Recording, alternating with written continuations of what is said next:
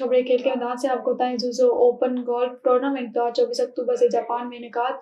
2019 में जापान के पहले USPGA यूनिट में टाइगर वुड्स ने कामयाबी हासिल की थी, जबकि साल 2021 का टूर्नामेंट कोरोना वायरस की आलमगीर वबा की वजह से कैलिफोर्निया मुंतकिल कर दिया गया था। PGA टूर के सरबराह ने अपने बयान में कहा कि ज़ुज़ो गोल्फ टूर्नामेंट 24 से 27 अक्टूबर तक जापान के शहर चिबा के इकार्डिया गोल्फ नाराशिनो कंट्री क्लब में खेला जाएगा। हमें यकीन है हमारा टूर्नामेंट आलमी मेयार के मुताबिक होगा।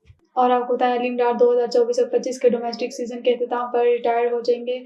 अलीम डार को सबसे ज्यादा 145 टेस्ट और सबसे ज्यादा 2031 वनडे इंटरनेशनल मैचेस में अंपायरिंग का एजाज हासिल है। अलीम डार मुसलसल 3 साल ICC के बेहतरीन अंपायर का अवार्ड भी जीत चुके हैं। उन्होंने 1998 की कायद-ए-आज़म ट्रॉफी के दौरान फर्स्ट क्लास अंपायरिंग का आगाज किया। 2003 से 2023 तक अलीम डार ने अंपायर्स के ICC एलीट पैनल में खिदमत अंजाम दी। और आपको बताएं, वेस्ट इंडीज के डेविड ब्रावो का तमाम तरह की क्रिकेट से रिटायरमेंट का ऐलान।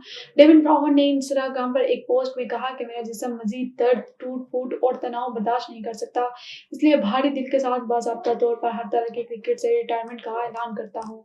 वाज़ेह रहे कि ब्रावो ने वेस्ट इंडीज के T20 टूर्नामेंट CPL के जारी एडिशन से कबल ऐलान किया था कि ये इनका आखिरी टूर्नामेंट होगा। वो CPL मैच के दौरान कमर की इंजरी में मुब्तला हो गए थे।